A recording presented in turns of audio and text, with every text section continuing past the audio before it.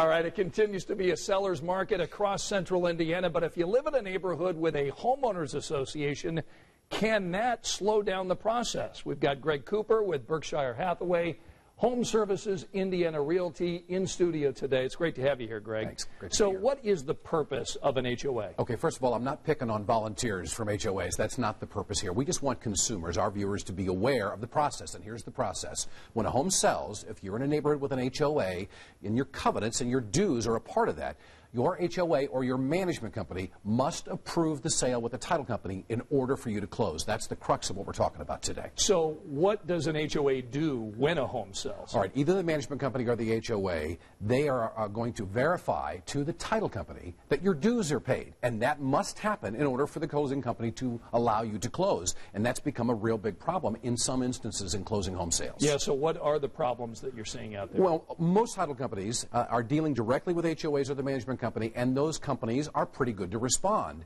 But now what we've seen is that it's taking weeks for HOAs and or management companies in some instances to respond. Imagine your stuff's on a truck and you're trying to move and you can't get the HOA or the management company to verify that the dues are paid on this home that you're trying to buy or sell. So what's your recommendation for folks? Well, if you're going to have a home closing soon, either the buyer or the seller, make sure your title company contacts your management company or HOA well in advance. And by the way, these companies now in charge of this have implemented transaction fees that you often have to pay ahead of time that go into the hundreds of dollars in order for them to process this one page of paper to your title company. Are you hearing about deals falling through as it relates to all this? They've been delayed, certainly, because sometimes people just don't respond. And let's have a little sympathy for the HOAs here. If there's one person who's charged with doing all of this, it's tough because there's a big load potentially in that person. However, the consumers need to understand how incredibly important, whether you work for the HOA or management company or whether you're a buyer or seller,